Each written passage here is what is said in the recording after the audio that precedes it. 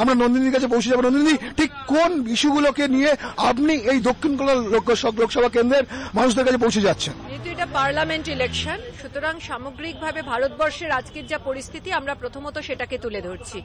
আজকে মূল্যবৃদ্ধির একটা ভয়ঙ্কর সমস্যা, এই বিশেষ করে এই অঞ্চলে যারা গরিব মানুষ তাদের উপর একটা বোঝা চাপিয়ে দিচ্ছে, এটা একটা নিঃসন্দেহে। তারপর চাকরির সমস্যা, আমাদের যারা বেকার যুবক যারা বসে আছে, ক্রমশ চাকরির জায়গাটা সংকুচিত হয়ে আসছে তাদের জন্য, শিক্ষাক্ষেত্রে নৈরাজ্য, বিভিন্ন জায়গায় দুর্নীতি, উন্নয়ন বাস্তবিকভাবে কোনো জায়গাতেই হয়নি।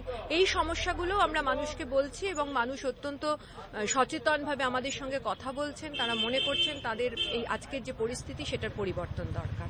না, সেক্ষেত্রে রাজ্যের উন্নয়ন হয়েছে এবং বেশ কিছু জনমত সমীক্ষায় দেখা যাচ্ছে সেক্ষেত্রে এখানে যারা শাসক দল তাদেরকে অনেকটা এগিয়ে রাখছে।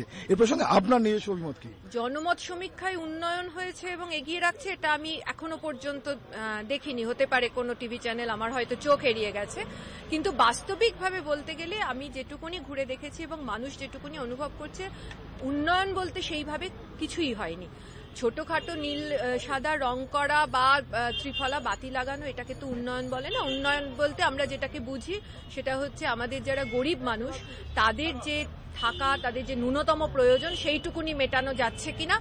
দক্ষিণ কলকাতায় আপনি যদি নির্বাচিত হন তাহলে সেক্ষেত্রে কোন কাজগুলো অগ্রাধিকার ভিত্তিতে আপনি করবেন? দেখুন, পার্লামেন্ট ইলেকশন হয় মূলত দিল্লি কেন্দ্রীয় সরকার এবং সার্বিকভাবে ভারতবর্ষের যে কোন নীতি নিয়ে চলবে সেটার জন্যই।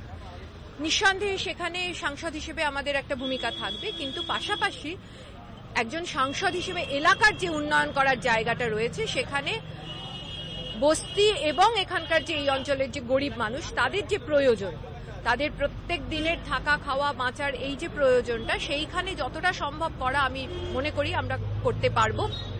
এখানে বেশ কিছু স্কুল কলেজ আছে, সেখানে শিক্ষাক্ষেত্রে সেই স্কুল কলেজের ইনফ্রাস্ট্রাকচার ডেভেলপমেন্টের ক্ষেত্রে যেটুকুনি করা সম্ভব সেটা আমরা করতে পারবো। উন্নয়ন বলতে আমরা যেটা বুঝি সেটা কসমেটিক চেঞ্জ নয়। উন্নয়ন বলতে আমরা যেটা বুঝি সেটা হচ্ছে মানুষের জন্য, মানুষের বেঁচে থাকার প্রয়োজনে যে উন্নয়ন, সেটাকেই আমরা উন্নয়ন বলি। দক্ষিণ কলকাতা লোকসভা কেন্দ্র যে ডানপন্থীদের শক্ত ঘাঁটি এমনটা কিন্তু মনে করছেন না নন্দিনী মুখার্জি। অর্থাৎ তিনি কিন্তু জেতার ব্যাপারে আশাবাদী এবং সর্বোপরি যে 3 বছর ধরে এখানে শাসক দল যে কাজ করেছে সেই কাজের সমালোচনা করে রীতিমতো তিনি নিজে জেতার ব্যাপারে আশাবাদী এবং মানুষের ভোট যে তার পক্ষে যাবে এমনটাই আশা করছেন। ক্যামেরায় বিনয়ের সঙ্গে দেবাশিস সেনগুপ্ত, ফোকাস বাংলা, কলকাতা।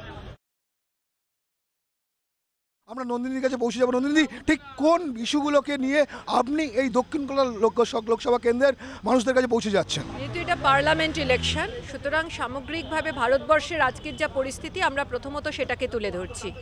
আজকে মূল্যবৃদ্ধির একটা ভয়ঙ্কর সমস্যা, এই বিশেষ করে এই অঞ্চলে যারা গরিব মানুষ তাদের উপর একটা বোঝা চাপিয়ে দিচ্ছে, এটা একটা নিঃসন্দেহে। তারপর চাকরির সমস্যা, আমাদের যারা বেকার যুবক যারা বসে আছে, ক্রমশ চাকরির জায়গাটা সংকুচিত হয়ে আসছে তাদের জন্য, রাজ্যে নারী নির্যাতন, শিক্ষাক্ষেত্রে নৈরাজ্য, বিভিন্ন জায়গায় দুর্নীতি, উন্নয়ন বাস্তবিকভাবে কোনো জায়গাতেই হয়নি।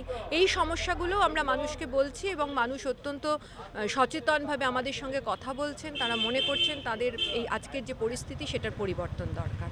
না, সেক্ষেত্রে রাজ্যের উন্নয়ন হয়েছে এবং বেশ কিছু জনমত সমীক্ষায় দেখা যাচ্ছে সেক্ষেত্রে এখানে যারা শাসক দল তাদেরকে অনেকটা এগিয়ে রাখছে। এ প্রসঙ্গে আপনার নিজস্ব অভিমত কি? জনমত সমীক্ষায় উন্নয়ন হয়েছে এবং এগিয়ে রাখছে এটা আমি এখনো পর্যন্ত দেখিনি। হতে পারে কোনো টিভি চ্যানেল, আমার হয়তো চোখ এড়িয়ে গেছে, কিন্তু বাস্তবিকভাবে বলতে গেলে আমি যেটুকুনি ঘুরে দেখেছি এবং মানুষ যেটুকুনি অনুভব করছে, উন্নয়ন বলতে সেইভাবে কিছুই হয়নি। ছোটখাটো নীল সাদা রং করা বা ত্রিফলা বাতি লাগানো এটাকে তো উন্নয়ন বলে না। উন্নয়ন বলতে আমরা যেটাকে বুঝি সেটা হচ্ছে আমাদের যারা গরিব মানুষ তাদের যে থাকা, তাদের যে ন্যূনতম প্রয়োজন সেইটুকুনি মেটানো যাচ্ছে কিনা, এইটাকে আমরা বলি উন্নয়ন। দক্ষিণ কলকাতায় আপনি যদি নির্বাচিত হন তাহলে সেক্ষেত্রে কোন কাজগুলো অগ্রাধিকার ভিত্তিতে আপনি করবেন? দেখুন, পার্লামেন্ট ইলেকশন হয় মূলত দিল্লি কেন্দ্রীয় সরকার এবং সার্বিকভাবে ভারতবর্ষের যে কোন নীতি নিয়ে চলবে সেটার জন্যই। নিঃসন্দেহে সেখানে সাংসদ হিসেবে আমাদের একটা ভূমিকা থাকবে, কিন্তু পাশাপাশি একজন সাংসদ হিসেবে এলাকার যে উন্নয়ন করার জায়গাটা রয়েছে সেখানে বস্তি এবং এখানকার যে এই অঞ্চলের যে গরিব মানুষ তাদের যে প্রয়োজন, তাদের প্রত্যেক দিনের থাকা খাওয়া বাঁচার এই যে প্রয়োজনটা, সেইখানে যতটা সম্ভব করা আমি মনে করি আমরা করতে পারবো। এখানে বেশ কিছু স্কুল কলেজ আছে, সেখানে শিক্ষাক্ষেত্রে সেই স্কুল কলেজের ইনফ্রাস্ট্রাকচার ডেভেলপমেন্টের ক্ষেত্রে যেটুকুনি করা সম্ভব সেটা আমরা করতে পারবো। আমরা মনে করি মানুষ যথেষ্ট সচেতন, এই সমস্ত জায়গায় দাঁড়িয়ে মানুষ যথাযথ সিদ্ধান্ত নেবেন বলে আমরা আশা রাখছি। দক্ষিণ কলকাতা লোকসভা কেন্দ্র যে ডানপন্থীদের শক্ত ঘাঁটি এমনটা কিন্তু মনে করছেন না নন্দিনী মুখার্জি, অর্থাৎ তিনি কিন্তু জেতার ব্যাপারে আশাবাদী এবং সর্বোপরি যে 3 বছর ধরে এখানে শাসক দল যে কাজ করেছে সেই কাজের সমালোচনা করে রীতিমতো তিনি নিজে জেতার ব্যাপারে আশাবাদী এবং মানুষের ভোট যে তার পক্ষে যাবে এমনটাই আশা করছেন। ক্যামেরায় বিনয়ের সঙ্গে দেবাশিস সেনগুপ্ত, ফোকাস বাংলা, কলকাতা।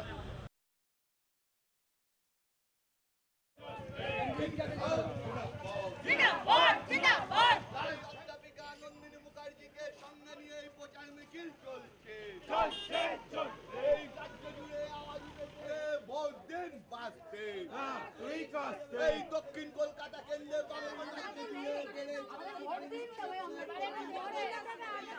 হাতুড়ি তারা চিহ্নে ভোট দিন।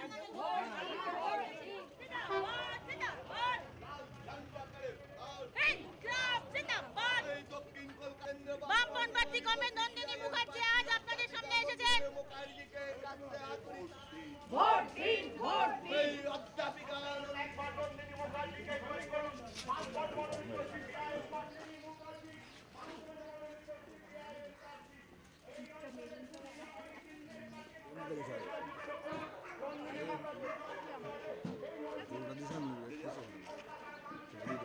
চিহ্নে ভোট দিয়ে বিপুল ভোটে জয়ী করবেন। দিদি এদিকে